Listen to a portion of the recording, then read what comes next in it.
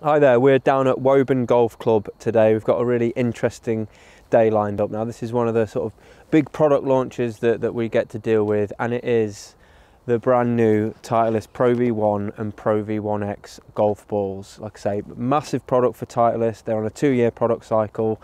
Let's have a look at what's new for 2019 with these two new golf balls.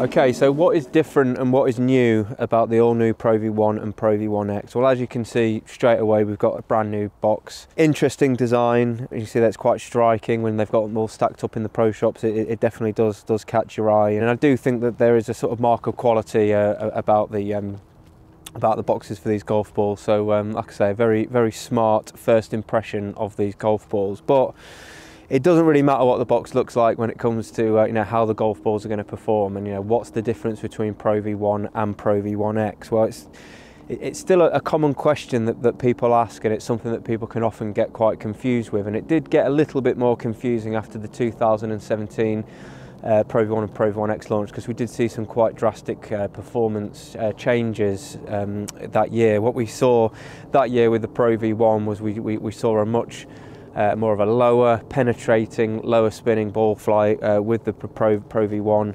With the Pro V1x, we saw higher spin, higher flying ball flight. So there was quite distinguishable differences between the two that we found in 2017. It's something that they've done in both the Pro V1 and the Pro V1x is a new core. They've got this kind of reformulated core, which they say does add a little bit more ball speed. Like I say, the core is like the engine of the golf ball, and that's an area that Titleist work on very closely to, you know, see if they can improve that ball speed. And they say that they have achieved that with these two new balls. But then what they've also done around that core is we've got this casing layer, which is another layer that can help add speed. You know, how the golf ball reacts, this casing layer, how that reacts with the core.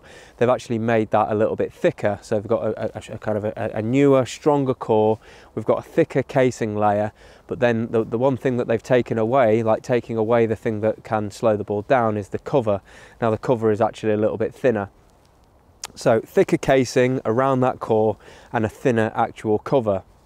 Now we're talking very fine you know, numbers here. We're talking in terms of the cover, we're talking like 5/1000th of an inch thinner on the core, which, you know, doesn't really sound like much at all, but you know, Titleist say that through their testing, you know, working with tour players, you know, they have found a little bit of extra ball speed, you know, with this kind of like new ingredients, if you like, this new way of putting this golf ball together. And also what they're saying that they have also found that there isn't any sacrifice on that feel, there isn't any sacrifice on that spin, and very importantly, there isn't any sacrifice on that durability, which, you know, is massively important, because obviously if you make that cover you know, really thin, the chances are it might not be as durable. It all sounds absolutely fantastic, doesn't it? But, you know, we want to kind of go through the process and kind of see for it, you know, see it for ourselves. So I'm going to go and have a full tour level ball fitting with one of Titleist golf ball specialists to kind of go through exactly the same processes that they are going through with their tour players, with their Jordan Spieth and Justin Thomases. So it's going to be very interesting for a mid-handicapper like myself to go through that process, find out the differences in performance between the Pro V1 and the Pro V1x, and kind of see if these, you know, new things that they've done in the golf balls are going to be helping my game. So let's go over and get fitted, see which of the Pro V1 or Pro V1x is working best for me.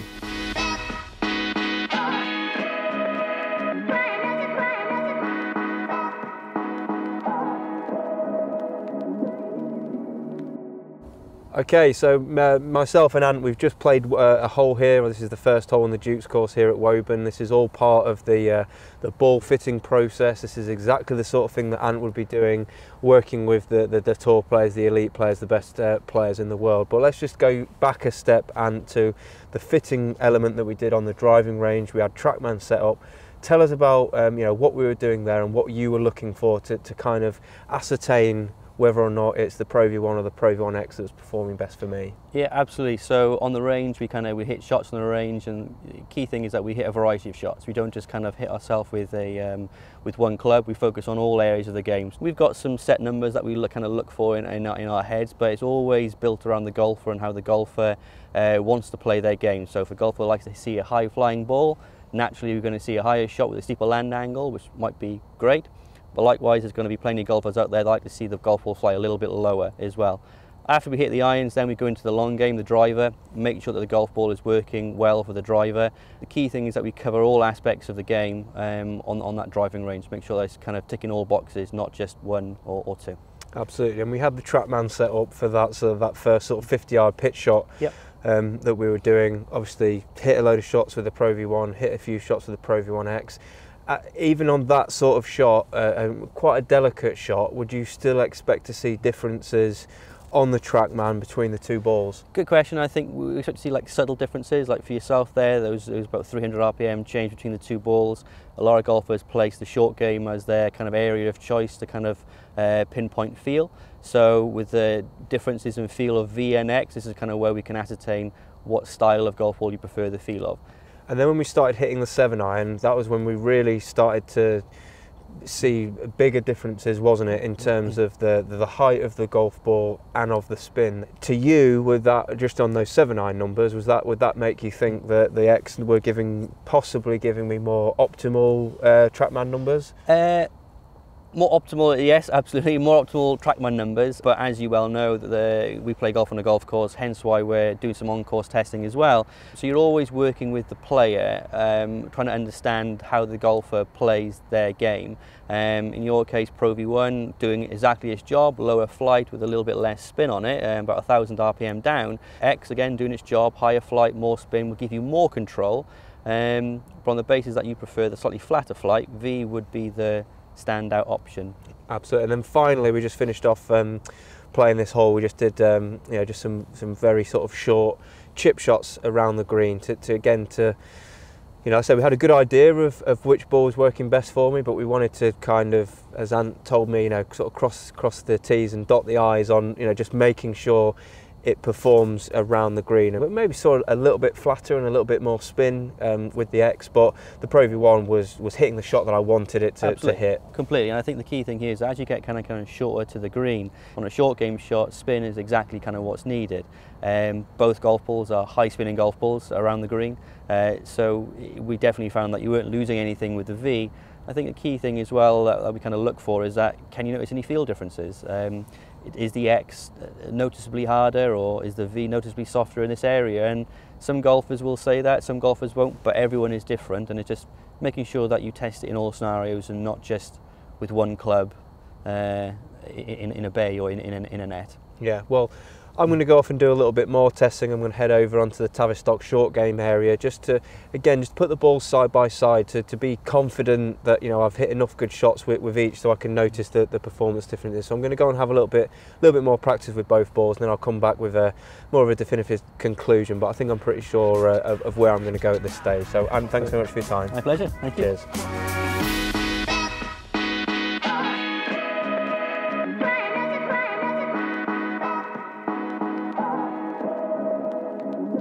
Okay, so I've been through the fitting process, I've done some on-course testing with Ant, which was fantastic, and I've come over here to the Tavistock short game area just to spend a little bit more time on my own, hitting both balls, seeing how they react on the green, seeing if there's any difference in the trajectory, the sound, the feel, all those sorts of things, hitting them side by side to, for me to be able to be confident that of the differences between the two balls, to know which one I think is going to work best for me. From the work that I've done with Ant this morning and the work that I've done here, it's actually quite an easy decision for me to say that the Pro V1 is the one that's just working better for me. I really don't feel like that there's any sacrifice with this ball when it comes to around the greens. It's still got a nice soft feel, a bit softer feel than the X. It spins, it checks, it kind of does everything that I want it to around the green. As we move away from the green with the iron shots, I do like the slightly lower trajectory, slightly less spin, obviously. When it came to the driver, the kind of total distances between the two balls were pretty much exactly the same, but there was a little bit more spin on the Pro V1x, which meant that was just staying in the air a little bit longer. So when I put all that information, you know, into the mix, like I say, it's quite an easy decision for me, because I just don't feel like I'm giving up anything really at all with the Pro V1. I've got, you know, really good control, really nice feel. But it's nice to see that the X does what it says on the tin, just with that extra flight on your iron shots, a little bit of extra spin for some players that, you know, maybe happier hitting that possibly slightly higher flight with a little bit more spin. But it's very dependent on the player, and that's why it's imperative for you to kind of work with your PGA Pro, go through the process and kind of get fitted to a ball that works well for you. So any comments about the new Pro V1 and Pro V1x, please post them below. Any questions you've got, any more about the technology, I've got a lot more information I can go into if you want it. It's quite technical stuff, but you know, test me out with some questions down below and I will answer them. But yeah, just anything you want to know, anything you want to chat about, post those comments below. Give this video a thumbs up. Don't forget to subscribe to this channel. Thanks very much for watching, and we'll see you again soon.